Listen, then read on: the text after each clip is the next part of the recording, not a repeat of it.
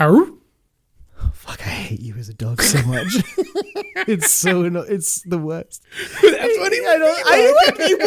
It would, but it's so hard to deal with in this forum. It's really challenging. Welcome to Scripty Business. I'm Welsh, he's Murray, and every episode we take 3 random words and a challenge from our Wheel of Doom to come up with a feature-length fever dream of a movie on the spot. This week we're dealing with robots, roots, and a Yeti. Let's get into it. 3 words to make a movie out of this week are suitcase, meadow, whistle. Suitcase, meadow, whistle. I have to repeat it because I was gasping. Yeah. No, I was gasping and I didn't take any of that on board. Suitcase, meadow, whistle. This is the story of a championship dog Whose owners take him on a perilous journey through the countryside. and lose him when the suitcase he was in slips from their grasp. But they find a new meaning to their life upon losing the dog. Okay. I don't necessarily know what that means. I'm just trying to help. That was like just finishing off the thing. Really interesting because the movie is about the dog, but the resolution is about the people that the dog is separated from.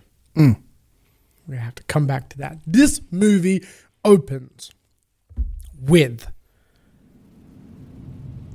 snow in a blizzard coming down on the side of a mountain. It's a small, thin path.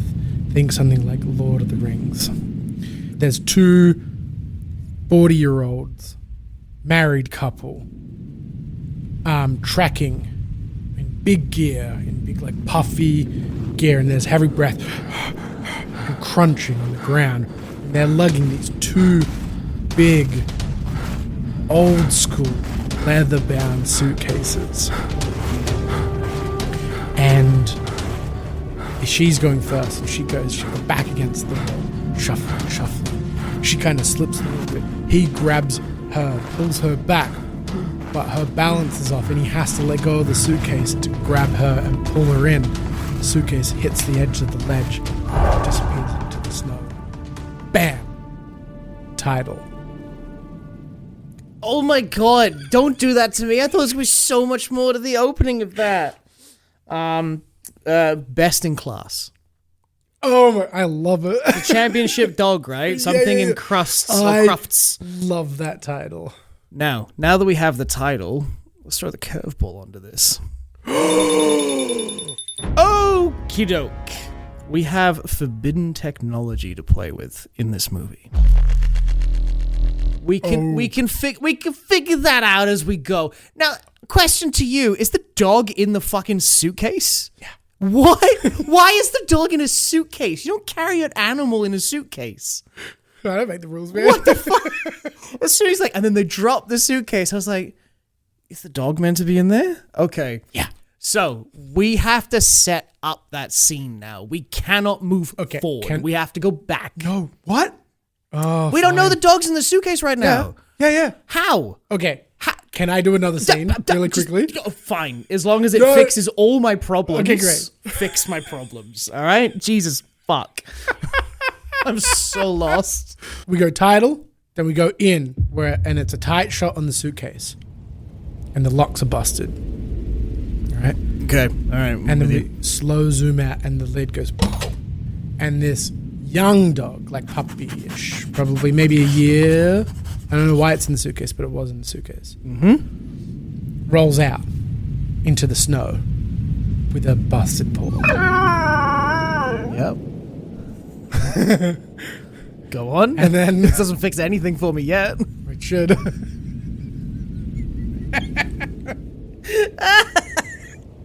Busted paw. On which cold snow. It's like lying on the ground, and voiceover kicks in. And the voiceover goes, what was that? What the hell just happened?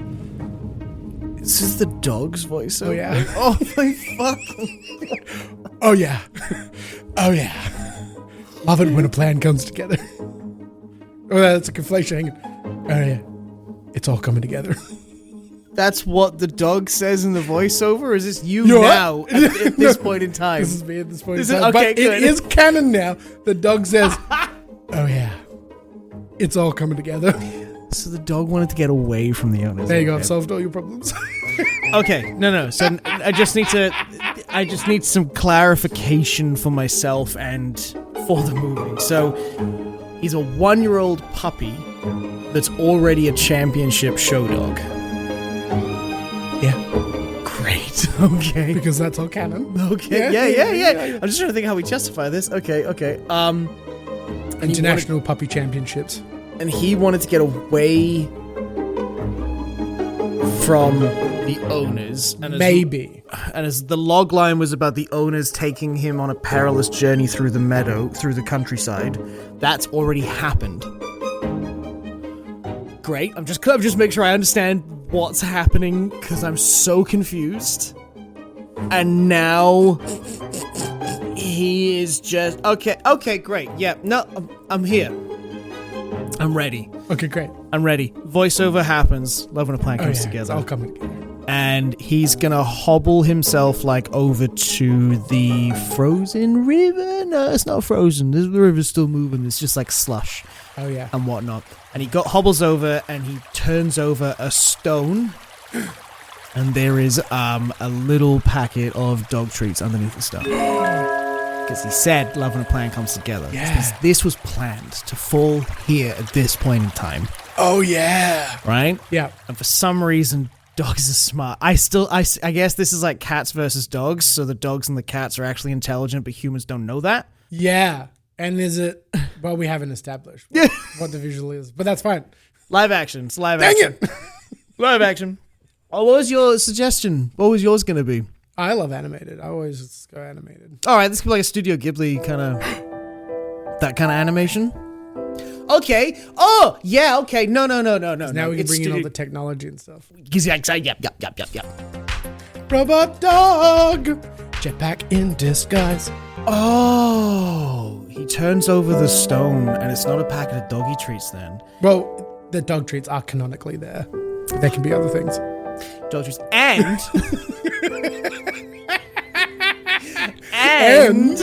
And something that he can fix his busted arm with because he's a robot dog. Oh, I'm thinking Astro Boy level, right? Which is why he's young, but he's the best in show because they've forbidden tech is like Astro Boy, like he's robotic. Yeah. Okay. There is a little small computer looking thing, and he puts his good paw on it and scans his paw, and it folds out into like this big like surgical device. And then he puts his broken paw in there, and we reveal for the first time that he's not a dog, but he is a robotic dog. Yes. And all the wires and stuff are busted out because we didn't see that before. Great. And then it starts stitching him back together. That's why they carried him in a fucking That's suitcase. why he was in a suitcase. Oh! Oh yeah, it's all coming together. It's all coming together. Oh my god. I feel like this is going to be an hour episode of us just figuring like out the justification for this opening That's shot. why that happened. Yeah. Finn. That's it. That's why they took the suitcase. Yeah. No, you told me that you were going to fix it and make it okay for I me. am and gonna you fix it. have. I'm gonna make You it. have. I'm okay now. He's a robot dog. He was in sleep mode or whatever. Okay, great. Fixes his arm. And then voiceover kicks in again. And I really wish Michael J. Fox wasn't as fucked up as he is these days because I can see that being the voice for this dog. Like a young Michael J. Fox. So it's going to be Tom Holland, isn't it? Doesn't have to be. Yeah, but I think that Tom Holland doing an American voice with his pitch is kind of perfect for how this dog's going to sound. Sure. All right, so Zendaya's going to come up at some fucking stage.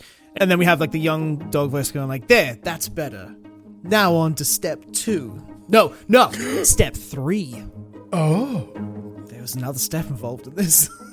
We'll figure that out in a minute. Secret step 2. Yeah, well, I wanted to kind of go back. We have to have a flashback at some point.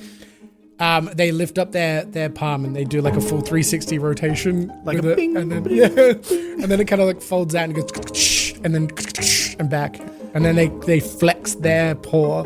And then he hears like the of birds. That's a seagull, but like picture like bird noises there.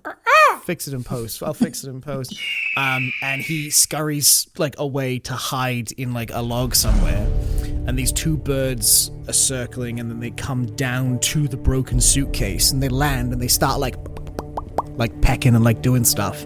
And then one of them opens their beak, and then this metal rod comes out of the mouth, and it's like a red laser scanning the suitcase for traces of the dog. And he's watching from like the woods, and he sees that happen, and he turns and he bolts through like the snowy woods. And then it's going to cut to the man and the woman up on the cliffside, where they've now like taken refuge in a bit of a cavey spot. See them. There we are. And then the man is on like a fold out like digital tablet thing, and he can see the readings from the birds. And he says, "Damn it, I think he's gone." She's like, "This wasn't meant to happen like this. You promised me." "I promised you that we'd get him through the countryside." "And how we through the countryside, idiot?" "Xena, did you make sure he was in sleep mode before you packed him away?" "Jerry, did you fix the locks before we carried him?"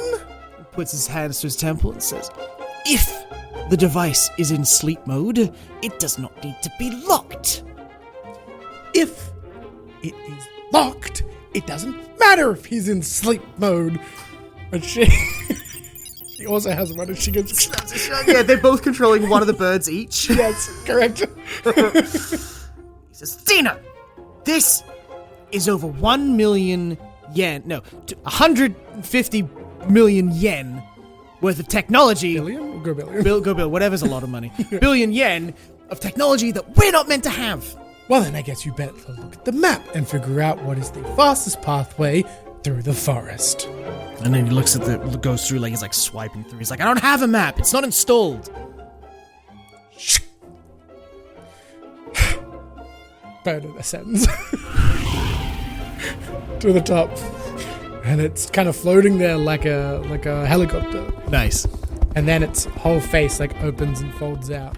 This big red camera eye, and it just goes, vroom, and this pulse, this like, yeah, you know, those like sci-fi pulses goes out across the forest, and then it's just like uploading map, and then she's like, she has a map. She's like, "I'll do it," and then she just starts tracing things. I imagine they look like the farmers in Chicken Run. They have that energy to me. That's kind of where my head is. That's cool. Yeah, no, I'm down with that. Yeah. So I think he's like a bit more of a klutz. Yeah. And Great. she's like very like smart and like strict. Yeah. I'd say he's mechanical and she's like computing, like software. Yeah. That's how they come this together. And then he's gonna be bing, bing, bing on a thing, and he says, "Storm's only gonna last about 36 hours from now. We have to find him before it clears up and he can get away." Yes. Or when the storm clears, we'll have clear skies. Yes, we will. That's gonna cut back to the dog. I think they're both gonna laugh. They're gonna be like,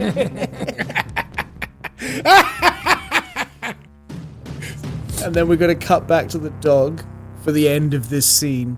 And I like to think that he's just making his way through the forest, and he circles back around because he's left two really important pieces of tech behind. Oh, okay. And I think he is going through the forest, but he has that realization, and he's like paw to head, hits himself like face bump.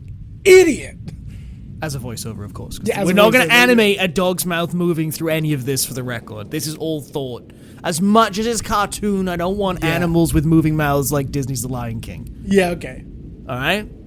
Until the very important part at the end. Okay, so if you've got something where his mouth's going to move, I'm fine with that. That's fine. But I mean, like, for the most part, it's all voiceovers. Yeah, absolutely. I think he circles back around, and the crows go over, and he like hides again, and he gets to the edge of the forest line, and he's just looking at the rock that had the surgical unit, and he's kind of flying low and trying to figure it out.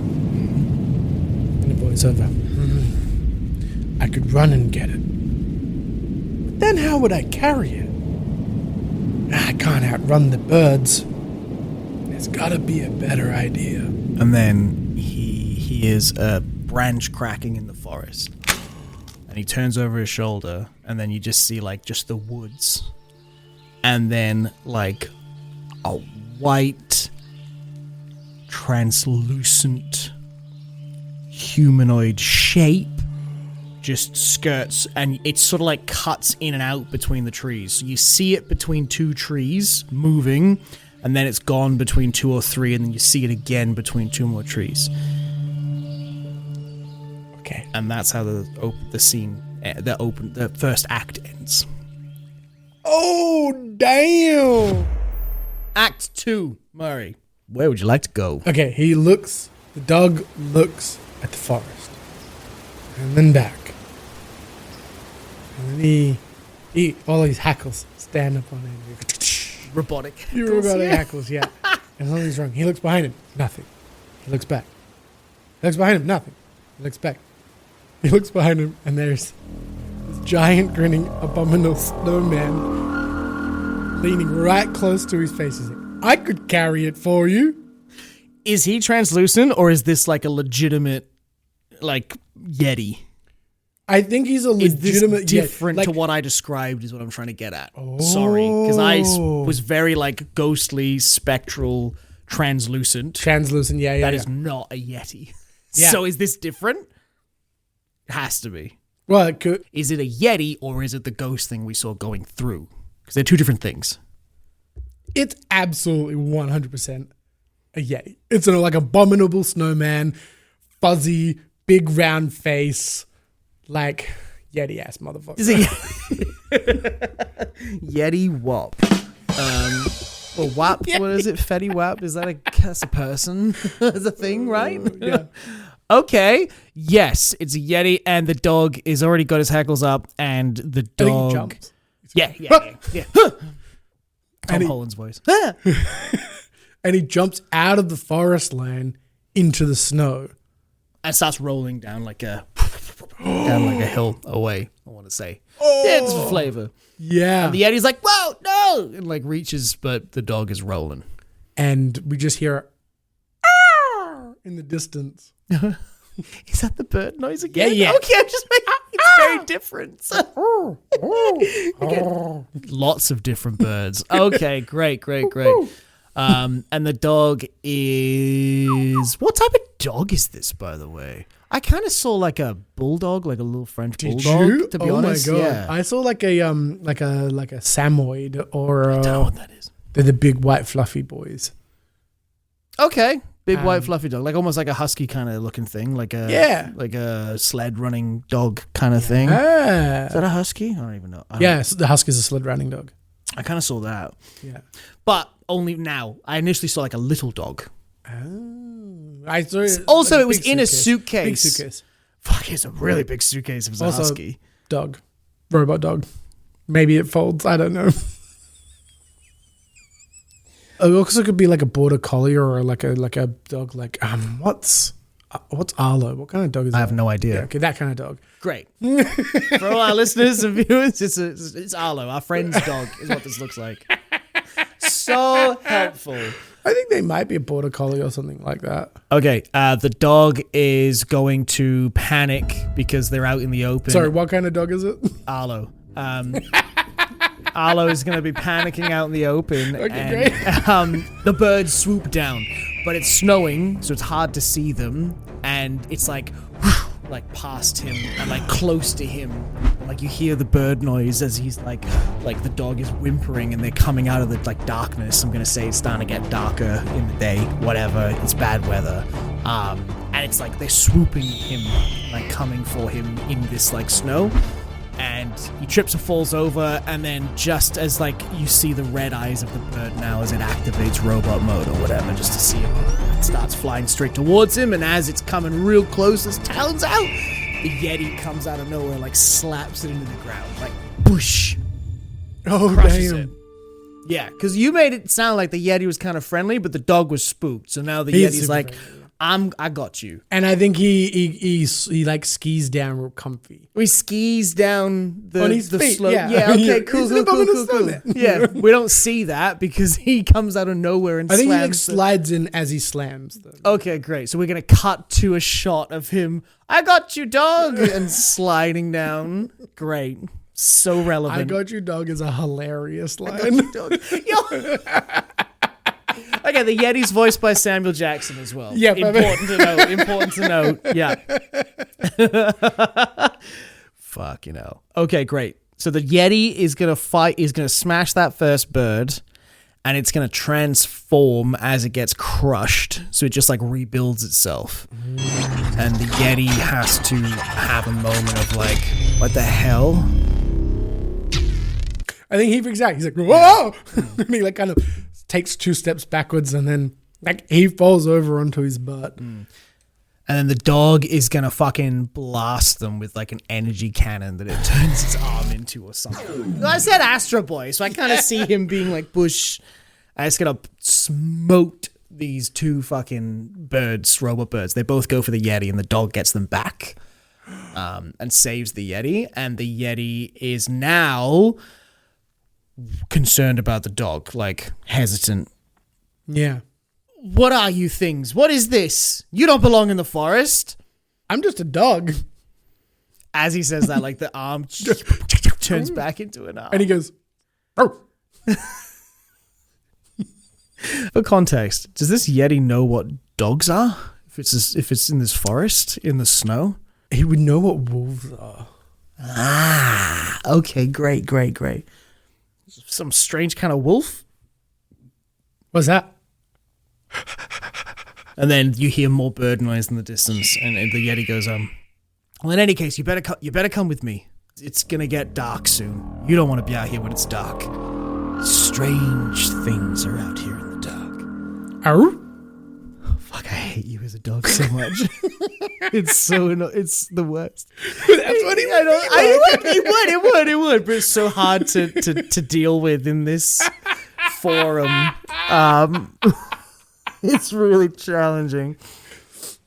Oh, wait, so the dog did just speak out loud? He makes dog sounds. No, because he said, I'm just a dog. Okay, but maybe it was voiceover. Yeah, okay, cool. Yeah, because the never Yeti actually said it. Yeah, and the Yeti's not remember, speaking he English. went, Yeah, the Yeti's not speaking English. That's fine. Oh, it's speaking Japanese. Sorry, because it's a Studio Ghibli movie at this stage. And they're gonna move back through the woods, and then we're gonna see again as they leave. There's that white ghost figure just sort of past the camera as the Yeti was like, you don't want to be out here at dark, and we're gonna go to the Yeti's cave. So then they're gonna be in the Yeti's cave for warmth, and the Yeti, I'm gonna say, needs to explain to Dog how dangerous it is to be here in the forest without like knowing your way around. Why? Does he explain why? There's defenders in this forest. Ooh. Your type, and he points at the paws because the dog has started a fire, but like whatever into the cave. Your type don't belong here, and the forest has a way of like dealing with threats. There's a reason this forest has been here so long. Yeah. The forest has defenders, the guardians, and that's the sort of like exposition dump that you love. Midway through the movie, in the middle of Act 2 of this film. So that is going to be explained. I think there's a voice over here where the dog is like, oh man, this is one of the weirdest bears I've ever met. Nothing like the one from the circus. And then we have a flashback. Yes. Of him like running circles with the bear and they're like chasing each other's tails. Yep. And like play fighting. Yep, 100%. And then the bear like knocks him over and he rolls over and then he picks the bear up one paw. Oh! And all 4 legs are like on his paw and the bear's like, ah. Love it. And then you have the squat man saying, Arlo, you wait until the show starts. Put that down. And then the tall lady is rocket boost on top of it. the tall lady leans into the short man and seems very different to who she was in the opening scene we saw her, where she's like actually concerned and like, are you sure this is a good idea? Like, should we be going public with this? You know, isn't this a risk, is what she's saying. Like, isn't this dangerous? But all risks are worth it. In the end, big risk, big money. His eyes turn into money symbols. Oh, they're robots too? I don't know. I was just okay. going animated style. I guess they are now then. Yeah, his eyes turn into dollar symbols and she slaps him on the back of the head and, they like go roll around to like pokey machines. They go turn back to normal eyes. And she says, okay, yeah, cool, that's it. That's all that we have, that exchange between them. And then it's going to go to like a proper circus performance. Ladies and gentlemen, welcome to Arlo, the amazing dog. Something like that. He kind of comes out and barks a bunch and is very showy, but does no robotic stuff. Yes. He just kind of jumps through some loops, runs up some stuff, be like, Arlo, do a backflip. And he does like a backflip. And then there's a bit with the bear, and it's all very like standard circusy stuff. Absolutely. And then the audience is applauding, and then at the end of that, he jumps up into the woman's arms, and she blows a whistle. And yes. He comes up into her arms, and then somebody comes out from like the audience when everyone's moving to say like, basically welcomes them to the dog competition. Like, oh, I'm a scout. I'm a scout for the worldwide best in show competition class thing, something to do with the title that we mentioned before, and you're invited.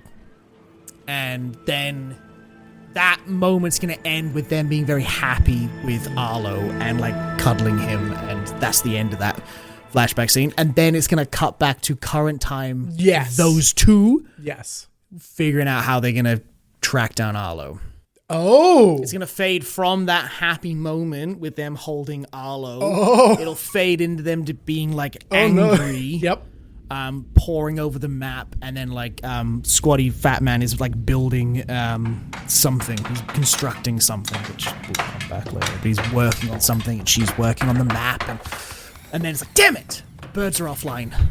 It's her. She says that. Okay, he just pulls out another suitcase and opens it. And it goes, and in there is like a row of the same birds. They were like ravens. Yeah, At sure. the start of the film. So there's like a row of ravens, and then there's like one like eagle, and then there's like two snakes and a rabbit. I'm fine with that, yeah. And he goes, pulls the eagle out, puts it on the ground, and kind of lifts up the feathers of its neck and kind of sticks his fingers in and goes, boop, turns it on, it goes, retrieve the birds. And it takes out. Love that. And then she sits back on a rock and it's sort of like, oh, I'm tired. I'm tired, I'm Jerry. And she actually laughs. That catches us. Oh, do you remember Minnesota? How could I forget Minnesota? That's... Well, he blushes a little bit. She nods, she goes, do you ever miss it? He's nodding like this. He's nodding up and down and goes, no. A little teary. Like there's a little tear in his eye. It's funny. I say I'm tired. But you know what I miss the most? He shakes his head. Being able to sleep. I miss my lab. You are the lab now. And she laughs. Yeah, but it's not the same when you're not in it. She goes, oh, well, that could be arranged. And she like sidles up to him. Oh, yeah! Very cute. Yeah, that's very cute. And he's like blushing and he's trying to ignore it, and he kind of half-heartedly turns back towards the mechanic and is like furiously kind of trying to fix it. Pretending not to be like super into the moment. Love it. And I think we leave that moment with them there. I think she very gently places a hand on his hand and he stops and they both look at each other and they catch eyes. And then we cut away. Great. Okay, great. And we cut back to the morning. Oh, the next morning. Okay, yep. Because we're not ready to deal with the Guardians yet. It's the next morning. Yep. And Arlo is like curled up in a ball inside of like Yeti. Yeti's like curled around. Yeah. And they're both sleeping on the ground. And there's kind of like a morning crow, I guess, like a to signal like I don't know. Normal New Day sound. Normal Day sound. Good morning, ladies and gentlemen. This is the 6 o'clock news brought to you by Cock. Hi, Cock. I'm a dude. This morning, Is this canon or is this a joke? Yeah, sure. It was canon now. Okay, and it's just two. There's a radio in the cave. No. It's two roosters sat next to the cave entrance. All right, so it's still nature, but somehow they can talk to each other. Not much has happened here in the forest. It's business as usual. Although, did you see? We might have a visitor. Yes, Cock, I sure did. That's right, Doodle. There's a dog. That's what it calls itself. Indeed. Wait, hang on. How do I know that? He looks. And he looks down. Yeah, and a doodle goes. Let's cut to do with the weather. There's a third rooster. Cock-a-doodle-doo. Yes. There's a third one. Thanks, a doodle. It's a whip pan over to them.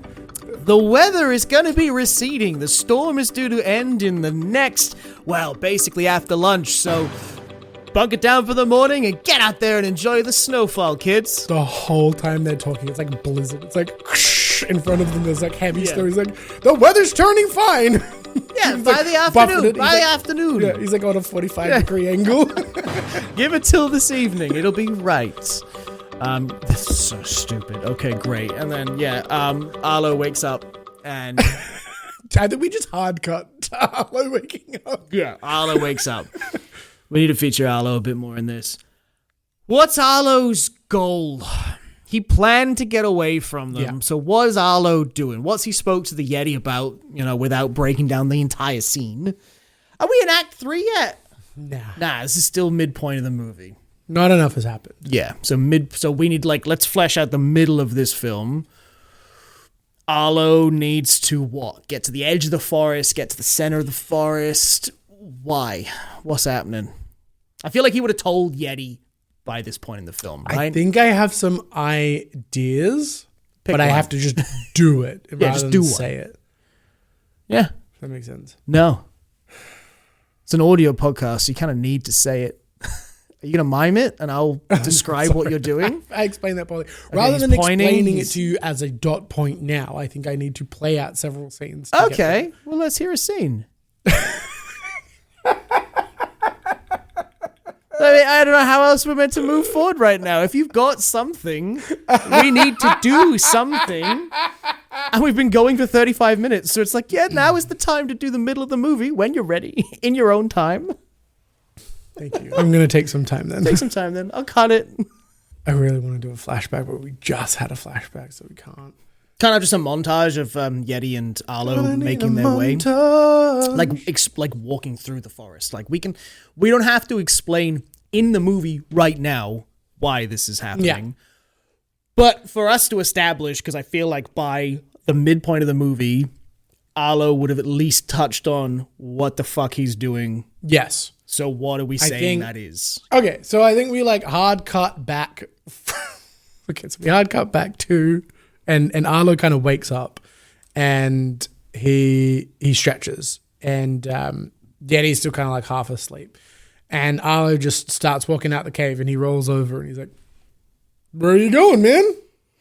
And Arlo is just going to, he's just going to bark at the Yeti and keep walking. And he scrambles after him. And then we cut, as he scrambles after him, it's going to cut to a wide shot of Arlo and the Yeti moving through different parts of the forest with the voiceover of Arlo. Yeah. Yeti was very confused. He didn't seem to realize why I needed to go deeper into the forest, but as we all know, that's where the magic happens.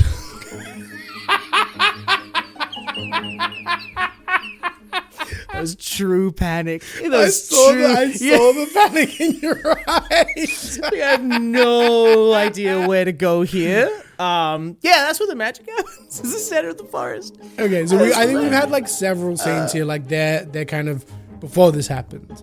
There's like them crossing logs. And Yeah, it's a long. Yeah, there's like a bit of it's a like journey. Because that's where the magic happens, and that lets us flash back to the Yes, circus. right. Because you did want a flashback. So or to the dog championship, because you said that was the guy that brought them in.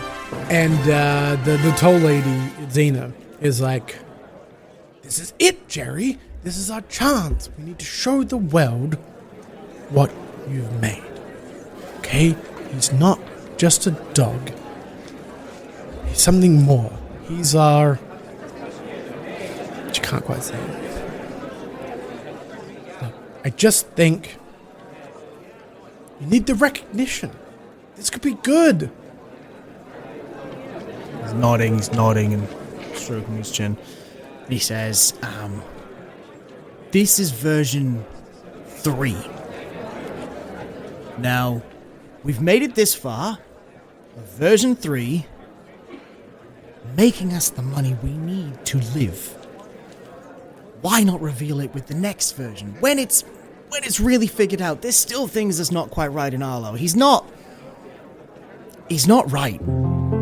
She puts a hand on his shoulder and goes, "Jerry, my love, you said that on version 2, and you said that on version 1, and I have the utmost confidence you'll say it on version 4. It's time." And he looks at her and he says, if I didn't say that about version 1, and he holds her cheek, and he says, I wouldn't have made you. What? Oh my god! And we wouldn't have made Arlo. Holy fucking what?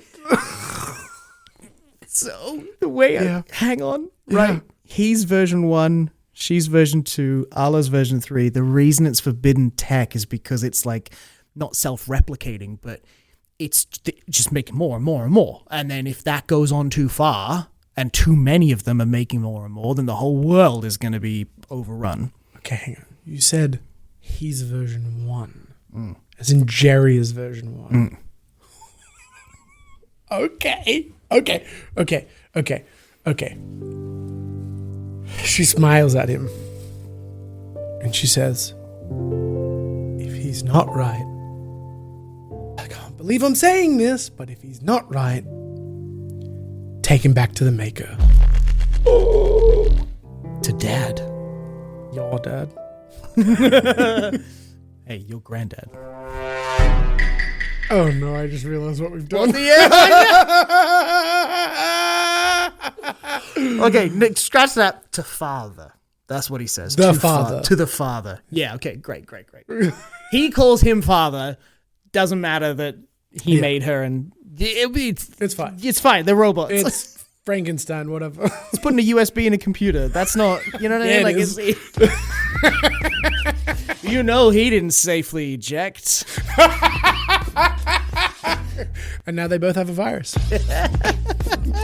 Right, cool. I love what you've done here, by the way. Fuck yes. I Anyway, love your hard drive. So I'm so sorry. Carry on. he's gonna he says to father, and she's gonna nod, and he says, we'll pack our things, we'll head straight there after he's won. And it just cuts to Arlo like running around and like yipping, and she blows the whistle again, and he runs back to the camera. And then it's gonna cut back to, because it's Arlo running to the camera and jumping back to get in her arms because the whistle's blowing. Mm-hmm. Then it's going to cut to Arlo and the Yeti. It's going to cut to Arlo's happy dog face. And then it'll cut to Arlo's like sad dog face. And they're in the middle of this open meadow in the middle of the forest, like a big clearing in the middle of the forest. Mm-hmm. And there is a shrine in the center of the forest. He's going to go up and he approaches the shrine, and Yeti's like, wait, do you sure you know what you're doing? And Arlo will look back at the Yeti, and then look forward at the shrine, and you just hear like a gong, and birds all scatter from the forest. That hand goes and it turns into a hammer. Like a mallet, a gong mallet. Then whatever. you hear the gong and the birds go. Yeah. And that's how we're going to end Act 2. Oh, cool. Save me. What's Act 1? 3? We've done Act 1. Act 1's covered. What's Act 3? The gong rings out. And then, okay, we cut back in to Arlo and Yeti kind of looking around in this like kind of sound. And all around this clearing is forest. It's like the clearing is like a big circle. And then there's like these translucent shades just going, but there's not one. There's like 20. And they're all just like darting between the trees in a big circle, going around and around and around. And they keep looking around, keep looking, another one. And then they are moving so fast that they kind of create this like almost tornado-y effect. Oh.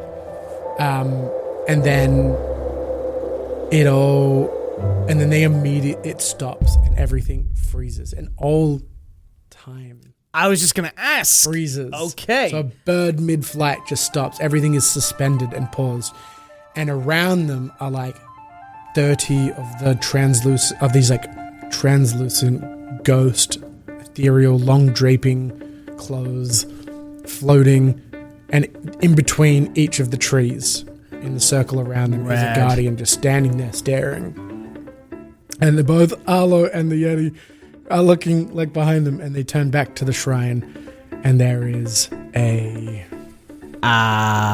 dog-headed man with a big staff and like long white hair and giant antlers. Oh my god, a dog with antlers. Okay, yeah, great, sure, yeah, and wings. Great. And rabbit legs And human hands. Yeah. Just all of the snake things, tail. all of the things of the Chimera. forest. Yeah, and you hear, little one, what do you ask of the forest? And then what's the voiceover say? It's like, well, I needed to give him an answer. Yeah, I think that's actually what he says. Yeah, okay, good. I think I needed to give him an answer. Would Yeti know who this is? Yes. Yeah, I okay. think Yeti knows exactly who this is. Yeah, okay, great. But Yeti, I don't know, knows why Arlo is there. Okay. And so Arlo says, I want to meet the Maker. And the Guardian says, which one, little child? There's a Maker for all. I want to meet Bubba's Maker. She told me of this place. I can't take you to my brother, your Maker, because he won't see me, but I can offer you a choice. I can give you a different form, and you can live here with me. Or I will grant you safe passage through to the other side of the forest, and you can make your own way. What do you want in return? My forests stay clean, and none of my brother's machines stay here. Arlo looks up at the sky, and the bird that's frozen in mid-flight, he squints and recognizes it as one of the birds and says, this forest can never be clear of them as long as your brother is here. Brave dog, you are no match for my brother, but your heart is in the right place. Perhaps not, but the forest is more than a match. And he looks back at the Yeti. And then we're going to have to cut for timing. We're going to have to cut to version 1 and version 2 entering like a snowed over like mansion kind of observatory building in the side of the mountain. like with all the snow. So they're gonna like trek. They're gonna see this like huge building and look at each other and nod. And then it's like the shot of them opening the door like on the inside, and it's all dusty and sheets on everything, and there's all this like equipment and stuff around. It looks abandoned. Looks very old. And the squatty fat man is going to lift up his fist like that, and a light bulb's going to pop out of his finger or something, and he's going to shine a light like and to light up the area so we can get a good look. What do we see in this observatory, Murray? I really wish this wasn't the last 5 minutes of the fucking movie. Okay, I'm gonna do We'll call it 10 minutes, but it's not the last 10 minutes of the movie, it's the last 10 minutes that we have. Scans, okay. And that's what you think about.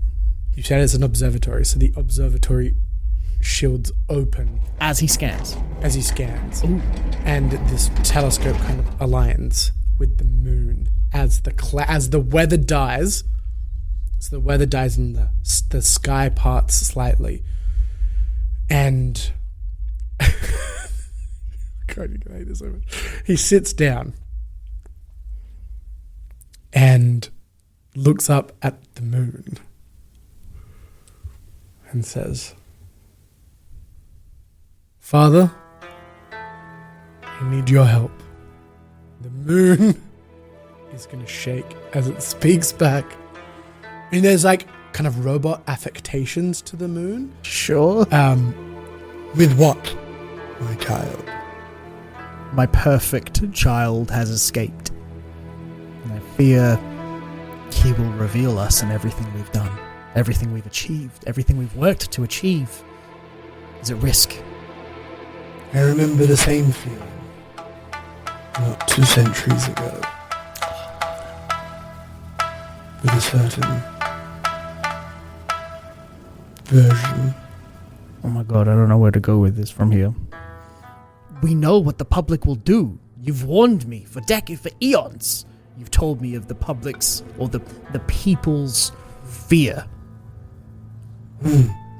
Should we not act? I did live in fear. I lived in great fear. But since my brother exiled me, and I've watched from the heavens down upon, my position has softened. You're gonna have to keep driving. You've got something. You I need you to take us home. I'm just like watching the movie now. Okay. The choice you face is the choice I faced. You can pursue your perfect child. Demand perfection. Or you can offer them the same choice I offered you. And let them decide for themselves who they wish to be. I can effectively summarize how I think the rest of this movie needs to play out. Please, go. Okay. So essentially version 2 then is going to come over, put her arm on version 1 and essentially say, perhaps that's what we need. Remember Minnesota? We weren't always like this. We could sleep again. We could stop. And it's going to have him, version 1, making a bit of deliberation. And then the Yeti is going to barge in with Arlo on his back. To the mansion? Yeah. Isn't that what Arlo was dealing with the god of the forest for? Is like, hey, you can't be protected here. They will always come. Yes, if you remain a robot was the choice that he was giving it. But you could give up your robotic form, become flesh, and then they would have no reason to come back to the forest ever again. That's what he was offering him. But this is good. This is exciting because it means Arlo chose to stay a robot because he thought that was the best decision. To protect the forest? To protect the forest. Right. Because if he thought maybe if I give up all my powers and my form and stuff, they might still come because they might not believe me or whatever, and the forest will be destroyed in their attempts to try and find me. Yeah. Because they won't give up. I think that's the decision he makes. Got it. And then he's going to storm the manor with riding the Yeti, and version 1's going to look and see that happening and be reminded of Arlo riding on Bubba's back in the circus.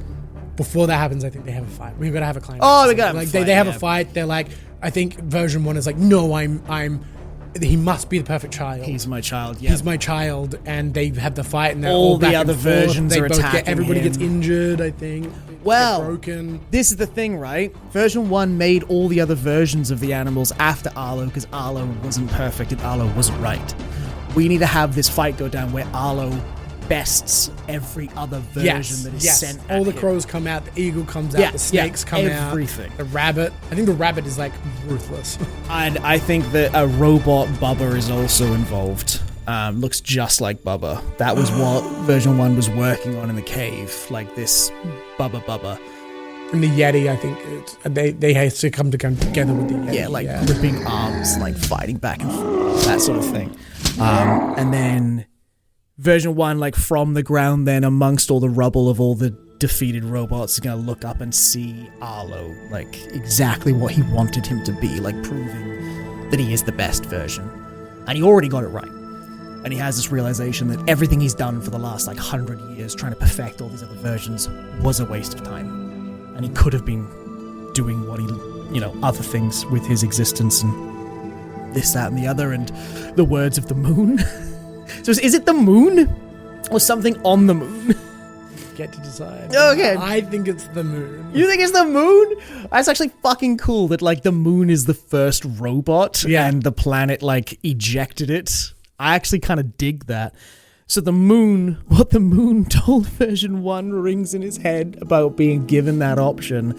And then all of a sudden as they're all fighting, like every robot just powers down and like drops.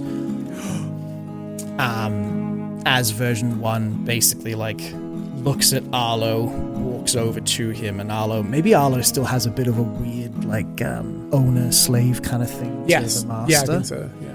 Yeah, version 1 and 2 walk up to Arlo, and it looks like kind of ominous. And it's that parenthood thing, how you struggle to talk back to your parents. And so Arlo doesn't fight them, and after all the robots are broken, and then 1 puts his hand out, and 2 gives him the whistle, and he snaps the whistle.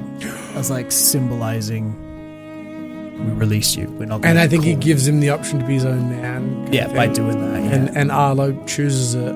And I actually think it's bittersweet, but I think one of the final scenes is Arlo and Yeti going back to the forest. And then Arlo realizing that he can't go into the forest and has to say goodbye to his friend because none of the forests, like none of nature's brothers' creations were allowed back into the forest. That was the deal. Oh, okay. And because he didn't choose flesh, he chose to remain outside of the forest forever. I like that. What's his purpose then? Well, no, the purpose was about the version 1 and 2, remember? It's not about Arlo's purpose. That was the last one. Yeah! Fuck! So that's why this is kind of like a bittersweet moment. And then I think we leave it on... We can either decide that they go their separate ways, or Yeti goes with Arlo to live outside the forest. So it's either... No, I understand. Arlo goes with maybe version 1 and version 2 back to Minnesota. No. Arlo goes back to the forest, but can't enter the forest. And 1 and 2 go home to Minnesota. Because they learn that they're better off without Okay, so Arlo. then the last shot is Arlo sitting at the forest, like sat, kind of smiling and like waving goodbye to Yeti as Yeti has to like regrettably go back into the forest. But Arlo's his own man now. I'll see you and I'll do one better. It's the meadow. It's the section of the forest that's protected from the elements and is the ultimate peace for the animals and everything in there. That's what Arlo can't enter. Right? So then it was really small in my head. No, I see it's like we'll make it huge, giant. open, like a hidden land sort of thing, right? Only because now you get that moment of Arlo trying to go in there and can't, having that realization, and Yeti going without them. And as he waves goodbye to Arlo, like at the forest, like through the trees, Arlo turns to leave, and he has that Defenders of the Forest kind of effect where he's like ghosting. Arlo becomes a ghost. Why not? Ooh, no, I love it. It's great. He's like accepting his fate as like locked to the wooden perimeter of the forest. Essentially, like he can always live in the outskirts of the peace and fades home. away into the shadow. Yeah, that's best in class. another Oscar-winning film here on Scripty Business. You guys are welcome. We're just so good at this. It just comes naturally at this stage. And if you enjoyed it, we'll be back next week with another brand new episode on Tuesday. You can also access our vault. All previous seasons of Scripty Business. Yes, there's a lot more of this. If you like it, if you don't, then go away, stop listening. You can access that through our Ko-fi platform. You can jump on, subscribe, get the key to the vault, and check out everything we've ever done. There is a lot of shit inside that vault, but it's all worth listening to. We also have other business coming out Thursdays, and on top of that, a live show right here in Adelaide on the 23rd of July at the Howling Owl. Make sure you buy your tickets. It's going to be huge. Link and details in the bio. This episode was edited by Luke Wilkinson Turner. The intro music was provided by Facilian Studios. The artwork was made by Justin MacArthur. This has been a Scripty Business production. Talk shit, think quick, and remember, we love you.